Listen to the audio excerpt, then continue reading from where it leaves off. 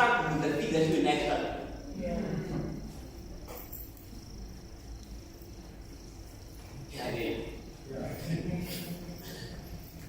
It's a simple prayer. So I'm just saying a good school is a school that ensures that whatever comes out of it is better than you. So I'm asking you, a school like that, how much does it cost?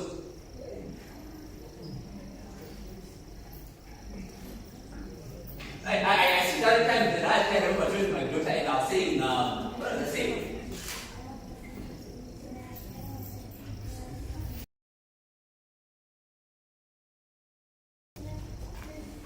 Isn't it possible? And the daughter was correcting me, that's not how you pronounce this way. I was getting, I'm thinking, probably call a box, a jail, I take this one back, like that. Now, if you say that, the school that you sit down as a youth, unmarried, imagine your children going to, how much do they cost? Right? And in some of those schools, anyway, it's not just the fees. It's the lifestyle there. How much does it cost? Take your child to girls' college, next thing they're saying that there is a trip to Switzerland and you're complaining. Maybe that's not the school for you.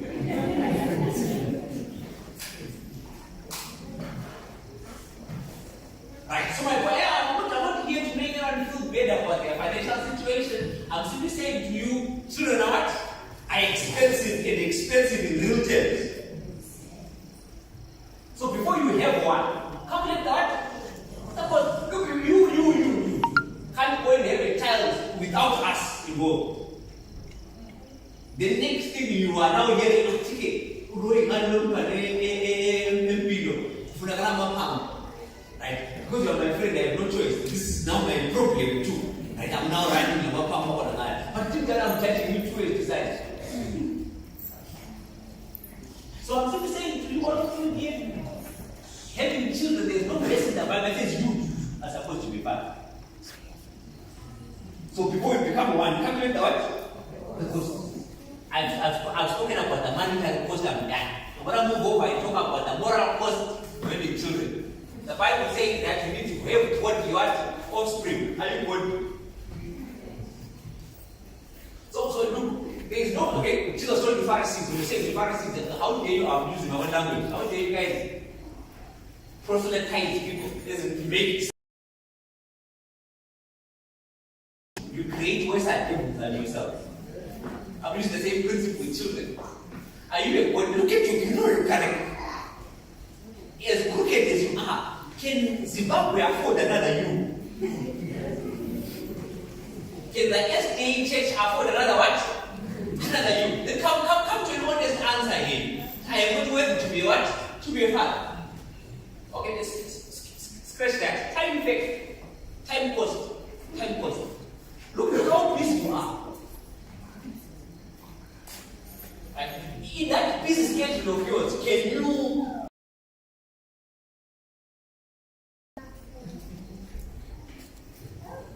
let's be honest with that.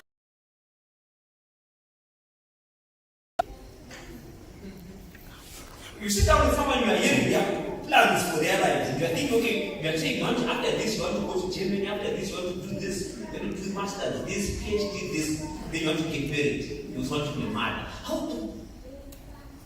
do this thing balance? I need to balance what I just said right now, so I need to come up with the final gospel here. I'm simply saying that calculation may result in you saying, marriage for me may have to be postponed. This makes sense. Growing up, used to say that some of our prayers that we make are godly prayers. An example when a godly prayer, you put it as if you are right. It's a prayer of you being advanced and you are praying for a husband. Fix that. You are a narcissist. Year one, narcissist. In your prayer request is that you are saying you want God to give you what? A good husband. In year one, your prayer that God should give you good grades. In year two, your prayer is God give you good attachment. Attachment is God help me pass this and this, I pass this and have a good job. Then after you get a good job, then make up your mind what you want to do with your career. Then you get settled down. Yes, your mother's got married at 17. will tell you that. Yes. You want to see what I'm talking about? Get home, calculate your mother's age. If your first born in your family, you get that point. Right? But look how they turned out. Some of them turned out very bitter women in their middle age. Because careers and future were sacrificed for you. And I'm simply saying to you, is that how you want to turn out? The answer is no. Come later, what? The time cost. I'm 23, I'm finished with school. What's my plan here? There's no harm here. There are no intentions of coming and ask you strange questions. When are you getting married? You don't wait on it and because there's no verse in the Bible that says you must get married. How would it stand? There is no verse in the Bible that says you must get married now. So you just sit down as a person, complete the what? The course, calm down. Do school, some of you do your career, whatever. Then when you are done with, when you can afford, watch what I'm talking about. You can then enter into it. You never had this text, right? Say the text today. There is no verse in the Bible that says you are supposed to get married. You also want out to resolve. You and I and my partner are getting married. We are not having children. The first 5 years of our marriage, we are doing us. Children are in nuisance. When I say nuisance, I'm talking about nuisance not in the nonsense sense, but nuisance in the type to say that they are escaping. Yes, to everyone who's very clear, you get my point. Add a child into the mix, everything changes. Who said you are supposed to give a child as soon as you get married?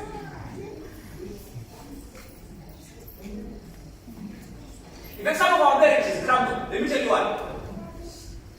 Because before we even adjust to each other, we throw in a problem. When I say problem, in the context of what I'm talking about, we throw in a child. Right? Then for the next 10, even 15 years, at no point you ever really live with each other. You lived together for the children. Then one day this guy just leave. Then you wake up and discover that what happened to the person I married? You got to be the raising what? Yeah, let me talk about something selfish. But it's a consideration. Look at your body. And ask yourself the question. Do you want to alter this?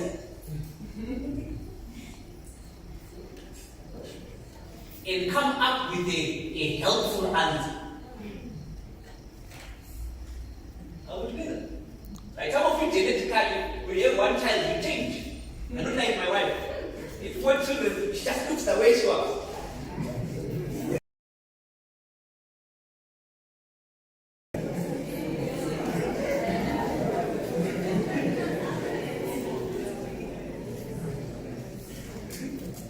You see my wife right now, how she wants to get married. More or less the same person.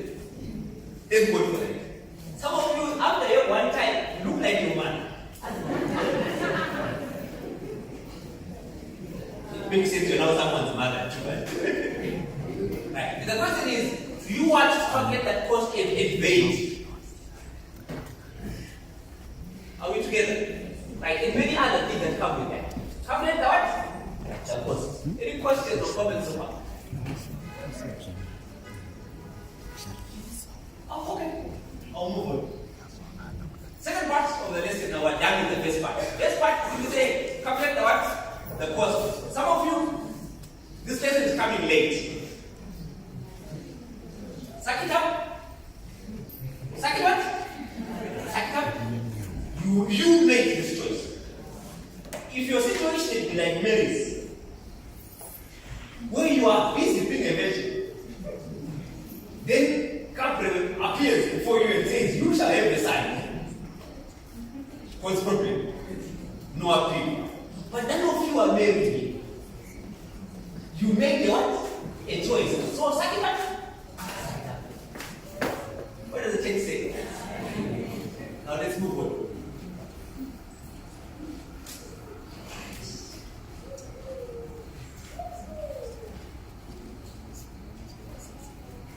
Second part of the lesson makes a presumption that now the children are there. So the first part was making a presumption saying you don't have the children. So before you have them, calculate the what? The cost. Calculate the what? The cost. When I say calculate the cost, also I also mean that also calculate the cost of not being a parent. Yes, yeah. But that's also all part of the calculation. For the child, if you not having a child, means you will be able to live awkward questions for the rest of your life. Where parents ask you, Kati, you have a lot of food with me. Of course, the next question is, who told you to about school? The natural question, who told you that? Right? But my point is, calculate the cost and come up with an answer you can live with. That's that man's not quite good, right? Right. Now, second part now, we make the presumption that now you are what? You are a parent. How to be the parent? Teach by precept. Teach by what? Yeah, teach by precept. What do I mean by precept? All homes must have rooms.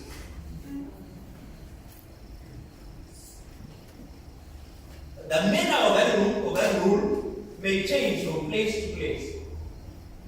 But all homes must have what? Rules. Because I'm trying to teach people that presumption that those rooms are God rooms.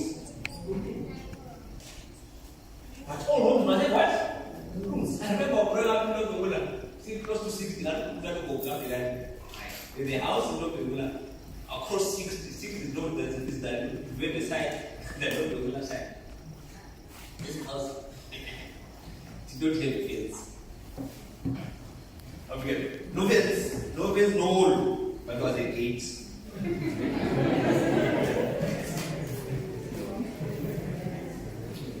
And that man was in charge of his house.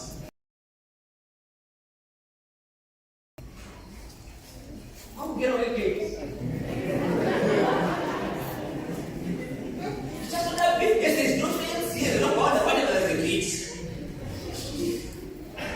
Just don't enter the yard from any angle. You enter through what?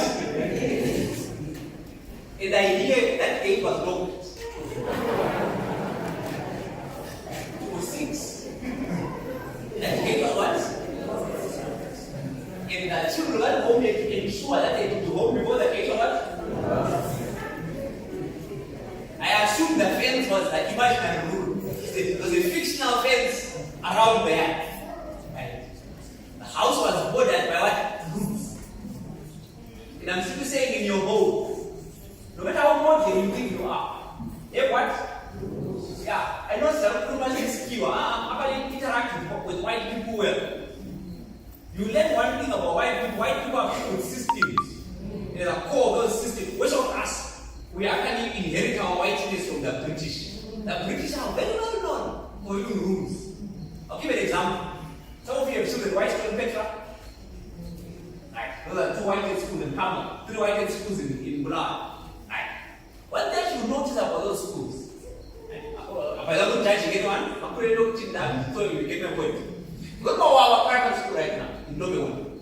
Or you go to the bigger in Kumai. Or Fusi in Lubegu. Or Samagalo, wherever that is. What's up with our names? What's up with our names? Or what would be wrong with us? That's in Kumai primary school at one time. Keep bigger. Back to my point. You may find papers like that. Papers in school. They are. Or you make it in your school and just meet children that money pass to you not to. But right now you walk to Petra, Whitestone, whatever the fancy schools. If you meet boys, I don't consider that question. You meet any of those boys, they're wearing a hat. They may actually tip their head, say afternoon say. Manners. You will not find a paper. You will find a paper at any part of that school. Why? I'm still making a point here. That those white people that you say, I think that's not pure dinner. As whiteness has got so many rules in it. The British are so white and so serious about rules that they still have a king.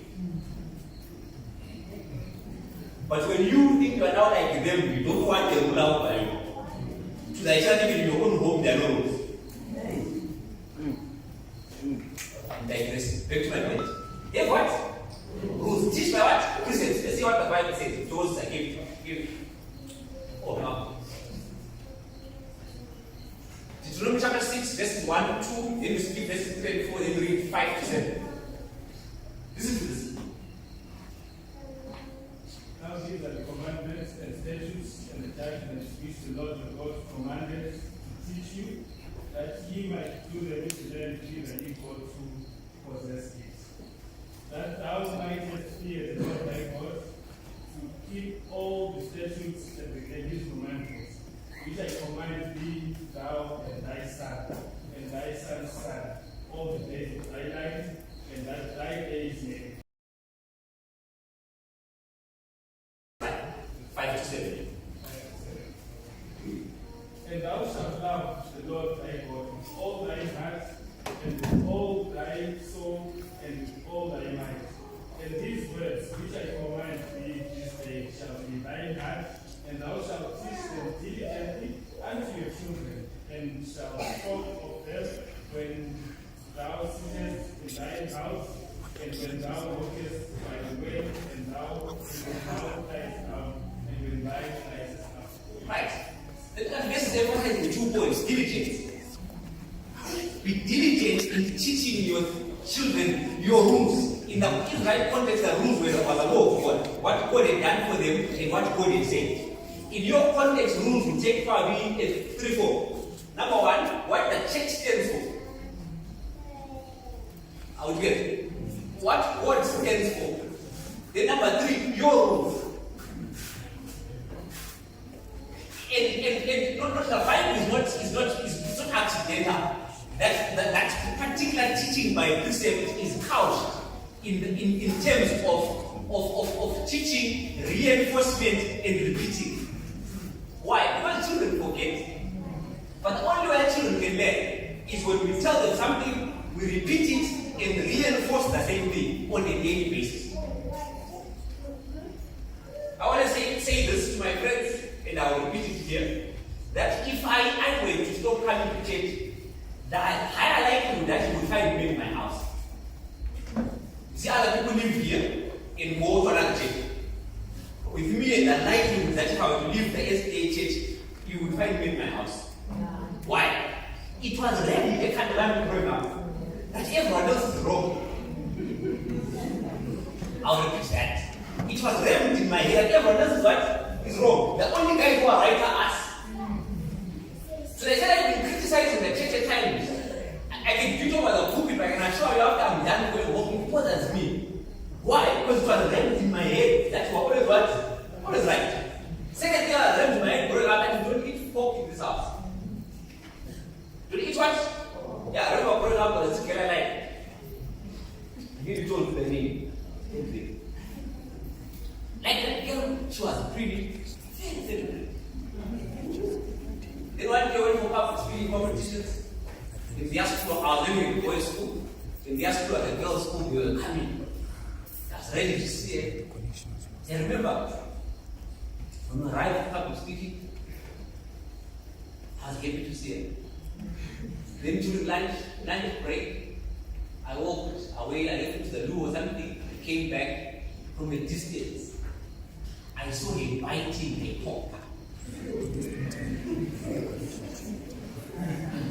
Now remember, as she was biting that pork, whatever residual feelings I may have had for it were dissipating as she was biting that pork. Can't date someone who doesn't know that pork is not food. My point being, someone was doing it enough to rank in some of these positions in our minds. Whether they were doing it right or wrong, that's neither here nor there. The point is, home positions were drilled into my head. To this day, some of those things are what they are. I see some of you come to church wearing chinos. Wish your mother was my mother. To this day, when Thursday, when I get to my house today, I am going to iron my Sabbath outfit. A formal one, with a tie and jacket. Why? I was raised by someone who's like that. scared of that woman. Low-key. I think there's a bit of fear in me, the low-key. And I'm simply saying that all of us who are here, let's have rules in our house, in our homes. And we reinforce those rules into our children. Some of those rules can be petty. Rules like don't sit on the sofa. The sofa is yours, by the way. You can make whatever rule you want about your sofa. And that child too is your child. You can make whatever rules that you feel like what make as long as those rules are not contrary to the law or contrary to God's law, you are good to go. But then what? Rules. Children by nature, this is now psychology, children by nature require instruction. They are desperate for what? For instruction, which explains their love for attention at a tender age. That love for attention is a desire for instruction. And so therefore when you live with children in a structureless home where there are no rules, you actually get the development of your children. Children beg need rules, which explains why children are quick to tell you that my teacher said. Why is what your teacher says a big deal? It's because the classroom is a place of rules. The classroom is a place of structure. Then they take their teachers seriously because their teachers teach in a structured way.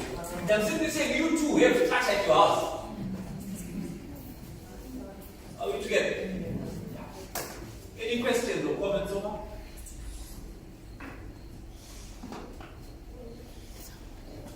Either I am making sense here or all of you are absolutely in disagreement. But whichever way I'm finishing this lesson today, I'm moving forward. Right. Next point, if there's no end. Notice this. The Bible is fraught with examples of characters that failed to discipline their children and things when they were.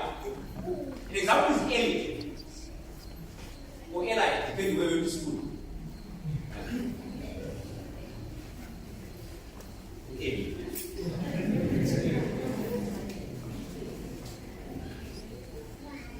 Eli was a high priest. That's the highest he could go in his calling. In our context, he would be president of a conference, or president of the union, or president of the GC. Big guy. They went to Congo. Big guy. Comes here and introduce him 1 hour. Big guy. Right here I'm digressing. Back to the main point. Big guy. But this guy failed to do just a simple thing. To rein in on his 2 boys. Those boys were so conducted around, those boys were taking God's offering, the choices of God's offerings, and turning it into a bride. And someone bring over his boys and sing cheap one. Bride, they talk about bride, I don't know the story about bride. Actually, I was talking about bride, I'll talk to you about later, but we get to something about friends. Friends who wants for 20 kgs of meat for a Friday 6. Anyway, back to my story. These guys were doing that. So many of those boys that were bringing prostitutes in God's house. And because he failed to rein in this boy, not only did all of them die, but the priest was moved from them to Samuel. In Samuel 2, Samuel, unlike Eli, he instructed his sons well, but because he was busy, every time he wasn't there, the boys did as they pleased. To the extent that the kingdom said, guys, when Samuel dies, you can't be led by these guys. We are better off with the king.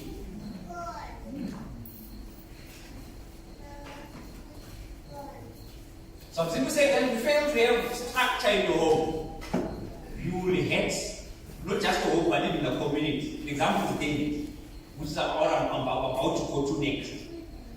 David was a silly parent. Silly in this way. Let me explain the silliness of David. David felt so guilty about what he had done that he allowed his children to use it against him. Let me explain something. It's an African thing. You have rules in your house, no matter your character. To me, it's a silly argument. You say, but the dream came at 8. Why are you telling me to come at 6? I'm telling you to come at 6 without reply. It's so modern thinking that says that because you know your father's weaknesses, you can use them against him. I'll repeat that. The children who are listening to me here, I'll repeat that. The father says, honor your father and what? And your father. The Bible does not say honor your good father. The Bible says honor your what? Your father. I'll repeat that slowly. Honor your what? Your father. So your duty as a child is to respect your father and his rules. His character is not for you to consider. To prove my point, did your father consult you? Somewhere in God's mind, then your father came and had a discussion with you. Can you be my daughter? We never had a discussion with you. So that we don't even have a discussion with you in terms of rules in the house. You respecting your father. Your father is your father. You know some of your father.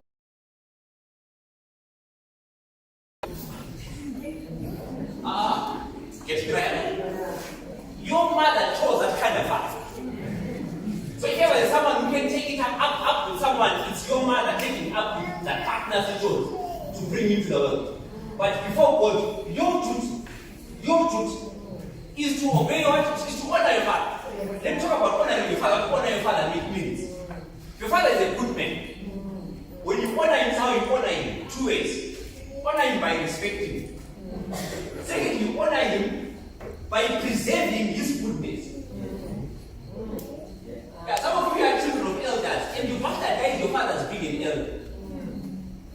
Now, what you see, you think your father was a good guy. You make him more part of everything his goodness at church. So you honor him by preserving his dignity in public. Right, let's talk about your father, your funny father. The one who did not contribute to your upbringing. That guy. How do you honor him? You honor him by growing up to be the only good thing in his life. There's other kindness there was, but look also back.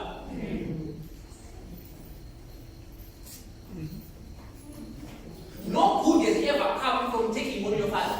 I can give you examples in society. No good has ever come from you taking on your father. No good anyway has ever come from that bitterness you have. Evidence of that is a kind of spouse you turn out to be based on your bitterness. Some of you have daily issues. All you need here on a daily basis is just a hug from your father. And we see that in your many choices. You're looking for a partner, you're looking for a partner.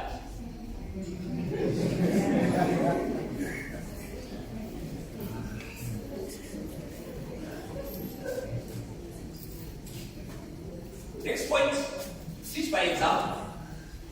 Teach by what? Yeah, look, words all of us can utter, as I am doing right now. But ultimately, what people learn from more than anything is example. What? Example. I work for a man.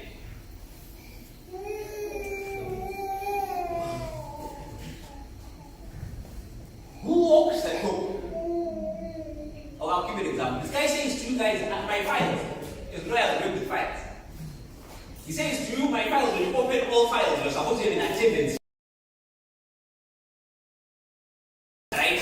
Letter to Senzen. Letter of demand to Senzen. 10 minutes.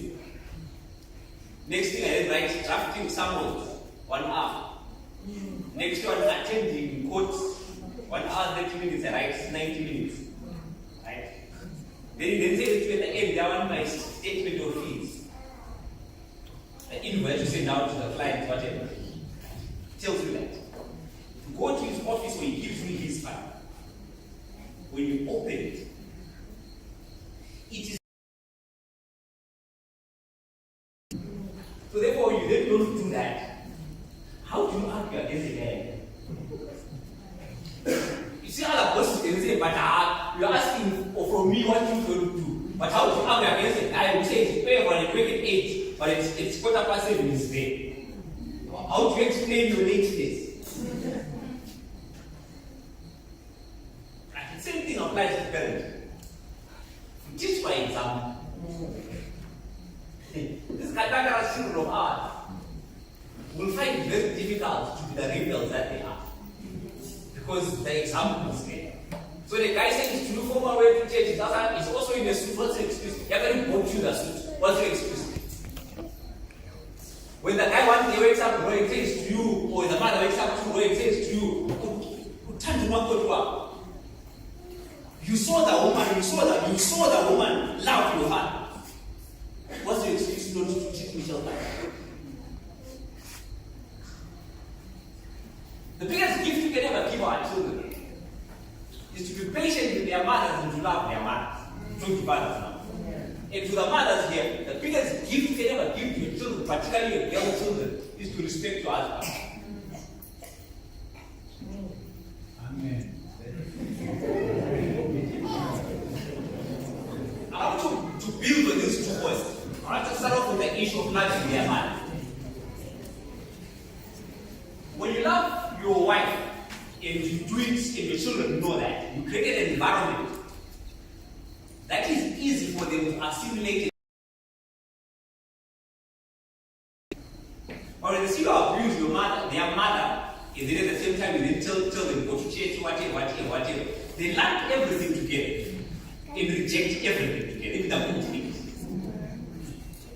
Some of us are what we are because we saw our fathers become our mother.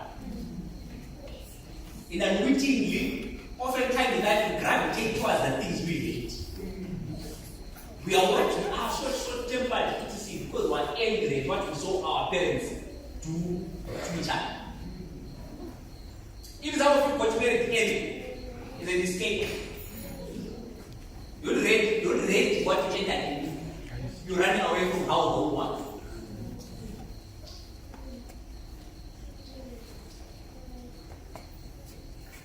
Even some of you that are sleeping around you too, sleeping around you too, is just a yearning for your mother's hug or your father's hug. Just attention from your father. Now any male figure who gives you attention, you yearn for it.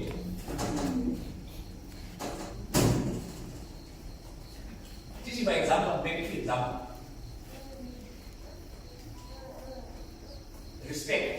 Mothers, respect it. First things first, the mothers are here, your daughters are not your friends. They are children. The same duty of care and support that you have is perpetual on your children. You don't go and tell your children how great their father is. Because his greatness is as a husband, not as a father.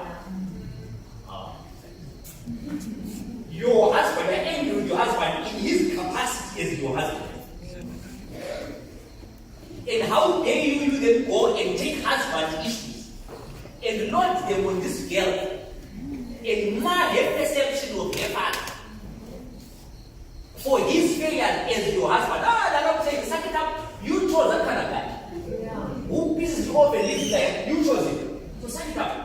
Don't take all that nonsense and mar the relationship between your daughter and her father. After all, when you make up with your husband, the funny thing is you come around again and say, what can go about?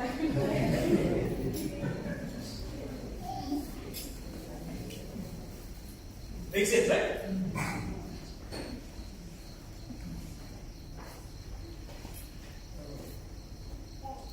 Philippians 4 verse 9 gives to Z, not to Z, but to Philippians 4 verse 9.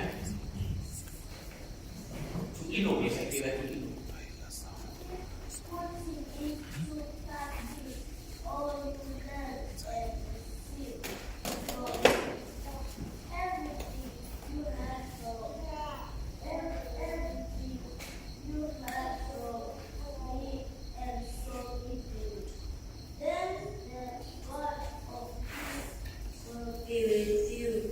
Lovely, thank you. This is Paul's argument, saying that, okay, if you have questions about this Christianity thing, look at me as an example. So in whatever you do, whatever you say, use me as a what? As an example. Now, all of us as fathers here can look at our children and say to our children, if life was hard, just look at me as an example. In godly matters, if you have questions, just look at me as a what? As an example. It's not a coincidence. That's when Jesus says, when the disciples say to Jesus, teach us to pray. He responds with a prayer that starts off with saying, Our Father. You can refer to Father, to God in heaven in many ways. For example, the prayer could have been, Dear God. Dear God. But it says, Our what? Why? And I'm saying something revolutionary maybe to someone here. Your perception of God and the authority He wields over us is inadvertently linked to your perception of your Father here on earth. So I'm saying to fathers here, your child's first interaction with the concept of Father is not with God, it's with you. Don't say our Father in heaven is loving. Let your child know that my Father in heaven is loving. I've never met him, but my dad loves me. And because I know my dad loves me, I think God also loves me.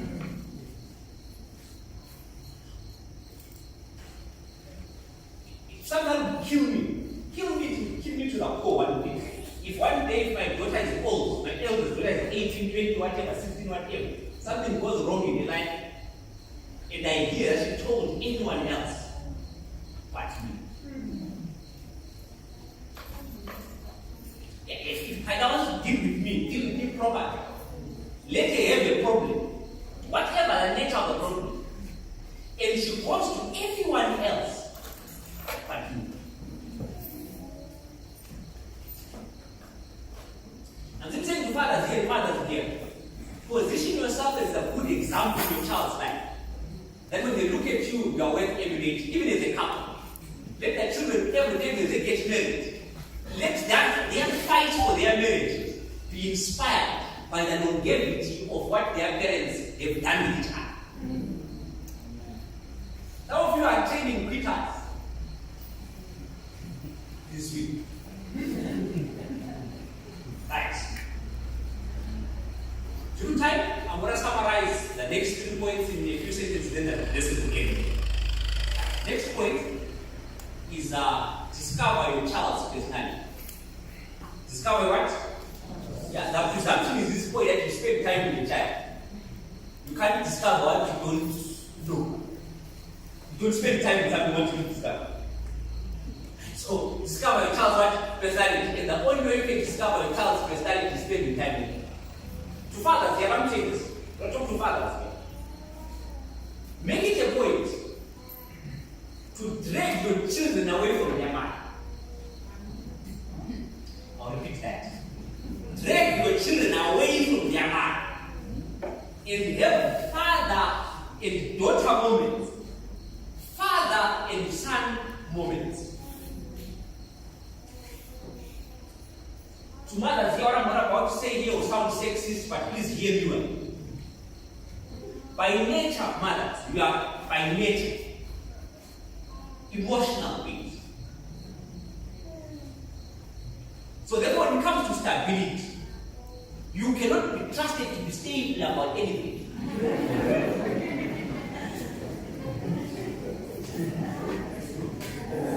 And just remember going well, I make my case well. For example, if you like chicken, this presentation is brilliant. Those hats. When you come here tomorrow, whatever I'm saying here is satanic.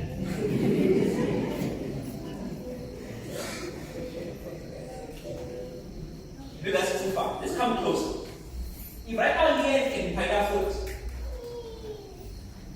if Roy and I heard that our daughter's phone, the first issue that will come here is that between us would be what happened. Then we hear the girl fighting like two out there. Pineapple, Liam is sister, don't fight. Liam, Pineapple is sister, don't fight. In fact, the main better is that. But I'm sure Kunzi and Michelle hear the very same story. Chances that this guy is not going to end up talking to each other.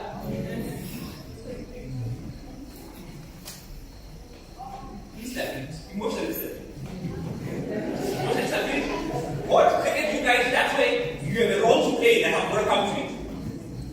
What I'm saying is, fathers, take time to take your children away from their mother. Have time alone with your children. When you say one-liners about certain things, that's one-liners. We don't eat pork. Sinagawa spana.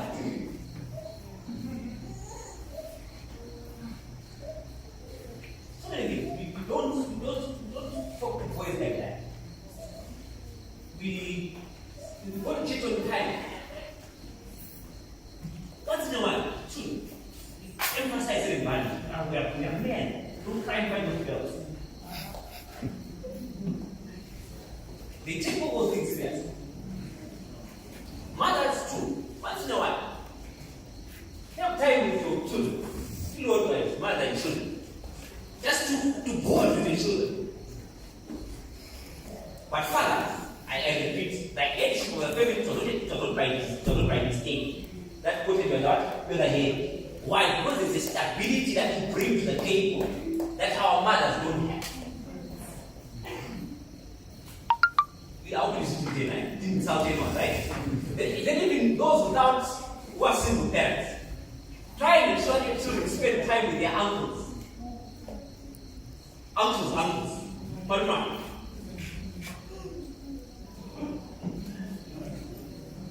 Whatever, if you say they are grandparents, whatever, just attend presence in your child's life. You'll be surprised what it does in terms of character development, particularly teaching him to handle his emotions or to handle what? The emotions.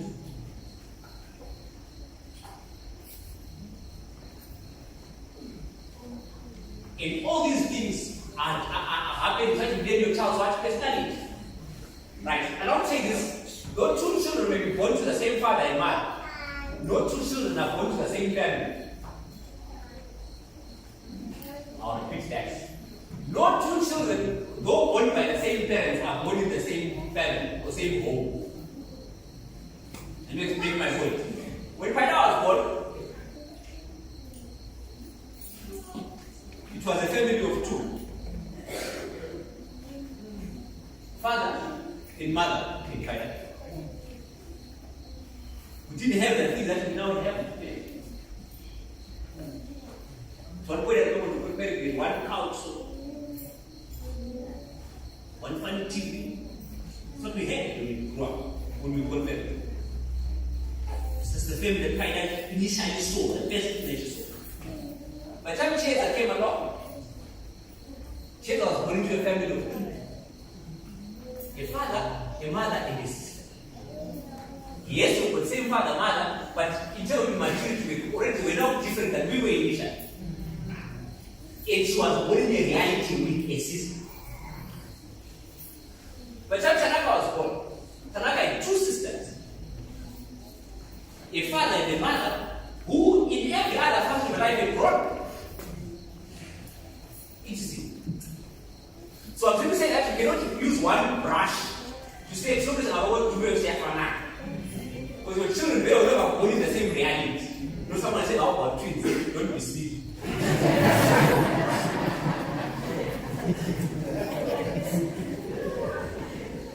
Right? How are we together? Right? So all these things. My point is, take your child that one child is naturally a rebel. Anytime they are rebel by virtue of being the younger one.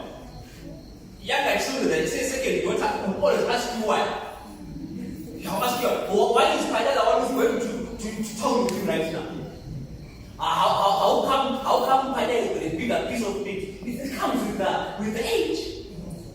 So therefore, as you parents, they know that about your child. In some way, I'm calling denial about children. Come and tell me, I'm not but you tell me, no, you tell me, you. But you can never ever let your child's personality unless you spend time with God. Now you know this. School run. Try to get time. Take your children to school yourself. If you do school run, take your children yourself to school. What's driving? Why is driving? You are hearing your children talk to each other.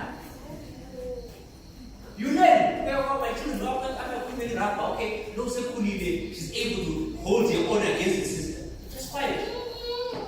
You get to school and you are seeing a child interact with other children, you can see my boy is timid. If this boy is toughen up. Oh, that is rough for others. Spend time with the children. I'm forgetting. Right, then the last 2 points is that. Teach your child to be. Teach your child what? Yeah, look. Just be clear with each other. First things first. Life is all about what? solving problems. Whether you're a medical doctor, you're a lawyer, you're an engineer, you're a graphic designer, business owner, you're solving what? Problems. And the only way you can help your child set them up for a proper future is teaching them what? To think. Children come with problems. I can't find my shoe. Don't look for that shoe with the vest. First question is, okay, what do I need to do?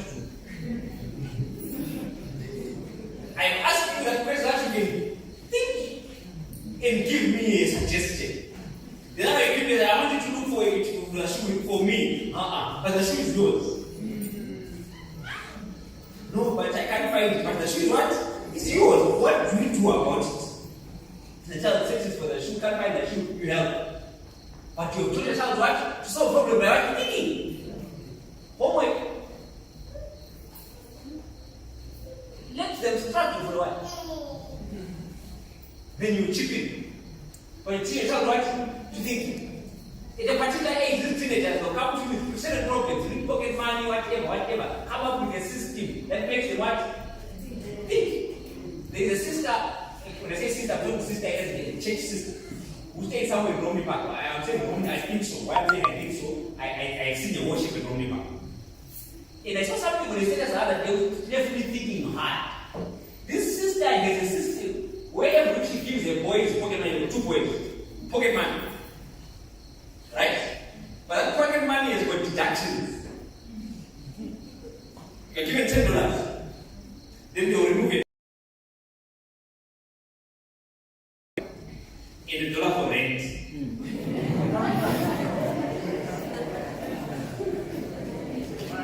I like the rent concept. The rent was given. So that pocket money actually is payment for what? For chores. But to ensure that these children don't wake up feeling entitled, she then introduces these deductions. That's her system. That's her system. You can come up with yours. You can critique it whichever way you want, but after critiquing that, come up with what? With yours. To teach your children to work hard and also what? To think. Remember the issue of rules at the beginning of the lesson. Like, as when children break rules, and for me, one thing that impresses me is to listen to a story after you've broken a rule that makes sense. Okay, maybe it's the way you think, you speak thinking, but for me, nothing impresses me quiet. Like getting home, seeing a mess or something wrong, something is gotten broken, and I'm listening to these children trying to explain themselves, and one of their stories makes sense. Quietly I walk away, impressed. But in their faces, I need to be angry that you broke something. I want you to even as you tell me your story or your life, even, I want to see that you put thought into this life. Nothing makes me angry like a stupid lie. With this lie has no thought in it.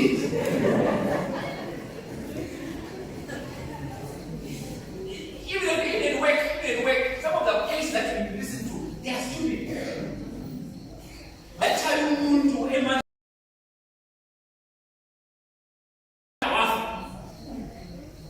then your story is that you didn't do it. And that's your defense of what? The whole town is saying that put thought into your things. Okay, last point.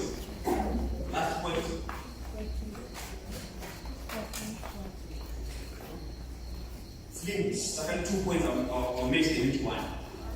Teach your children to be responsible and teach your children to have self-control.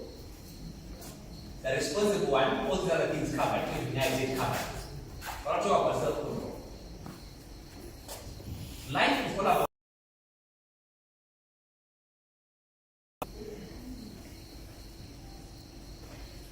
children want to eat all the time. Say no. Say what? No. Just as a lesson on self-control. You can't eat all the time. Children only sleep whatever time. At times, children will be told to go to bed. Just to teach them what? Self-control. Even time to wake up. Just as a measure of teaching children what? Self-control. Even temper. Someone pushed you, got angry, push them back or you hit them back. That's lack of self-control. For the rest of your life,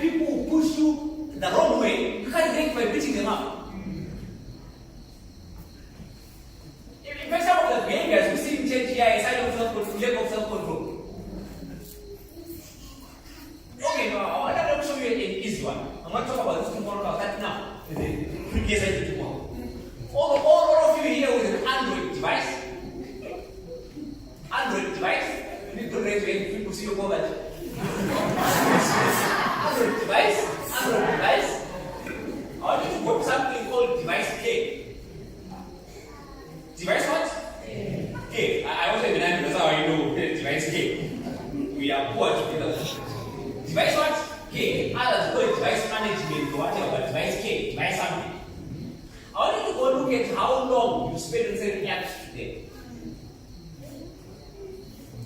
Okay, let's press that. Let's do that at the end of the week. How many hours you spend on WhatsApp? 12 hours. One week on WhatsApp. That's half a day.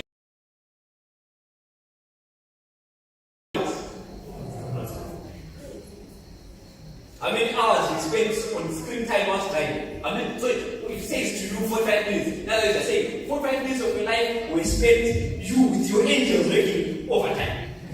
You will break the day. For driving at screen time, you will date. And putting in danger other people, and your angels were working overtime to ensure you don't kill other people. Kill yourself. It's a sign of lack of what? You're at your age, you can't put your phone in your pocket.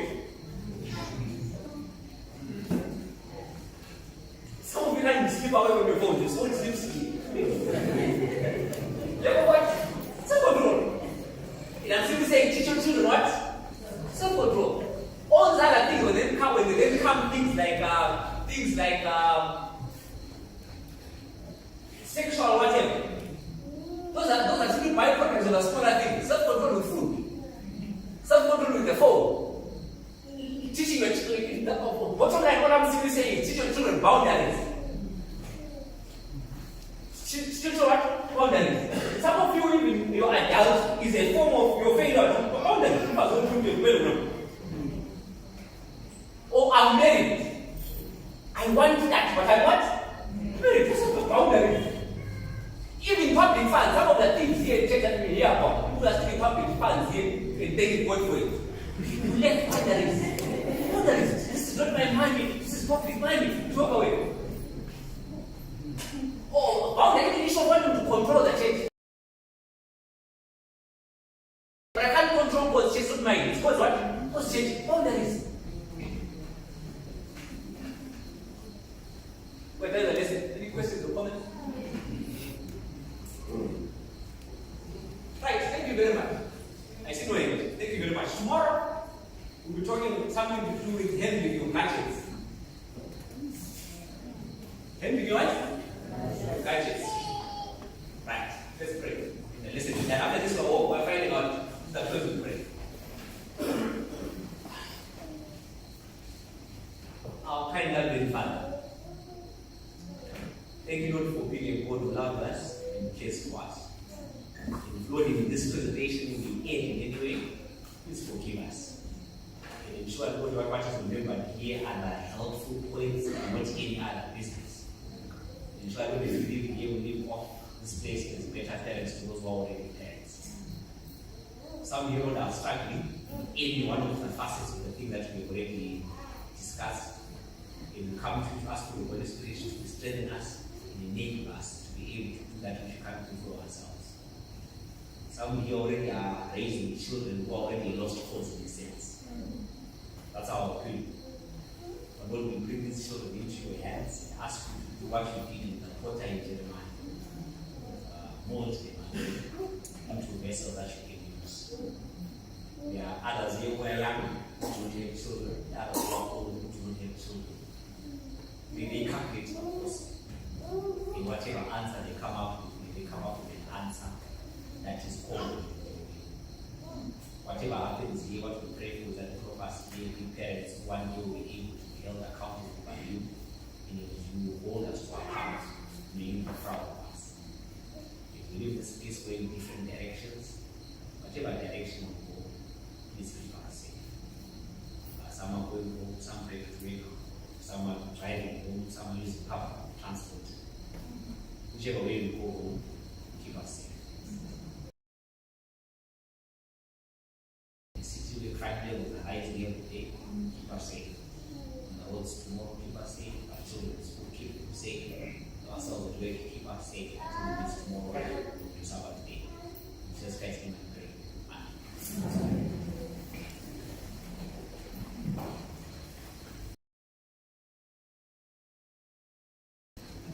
you so much, TK, for a powerful presentation. Do we have any visitors? Please just raise your hand. Thank you so much. I hope you are really blessed. Just an encouragement. Please, can you bring more visitors tomorrow? Today we are full. Tomorrow, these spaces, we shouldn't see all these spaces. Just one announcement. Our Facebook page for Beacon of Hope, please try and follow it so that we can increase. I know today we are live streaming, and are we still, or announcements you cut? Okay, yeah. So I know I'm not live now. It's okay, it's fine. But let's follow the page, and let's be able to come physically here so that they can also benefit from these powerful lessons. May we all have a good night, and let's meet tomorrow exactly at 5:30. I'm going to ask the choristers to come up front and give us a final announcement.